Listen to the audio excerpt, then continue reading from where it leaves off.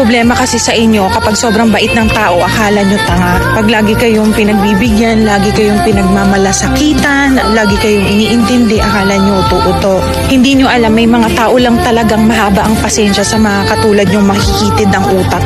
Imagine niyo nagmamalasakit na yung tao sa inyo, tatawagin nyo pang tanga, aabusuhin nyo pa. Alam nyo ba yung mga taong mahaba ang pasensya at saka magaling magpigil ng emosyon, mga matatalino yan, may hangganan yung pag-intindi nila sa inyo, at kapag na-realize nila na kailangan na kayong tanggalin sa buhay nila, hindi na nila kayo tatanggapin pabalik. Kaya pag may na-meet kayong mga taong masyadong mabait para sa paningin ninyo, na feeling nyo weakness nila yon, huwag nyo silang abusuhin, palahalagahan nyo sila, kasi hindi sa lahat ng oras may mamimit kayong ganyan. Ang pagiging isang mabuting tao ay kailanman hindi magiging kahinaan.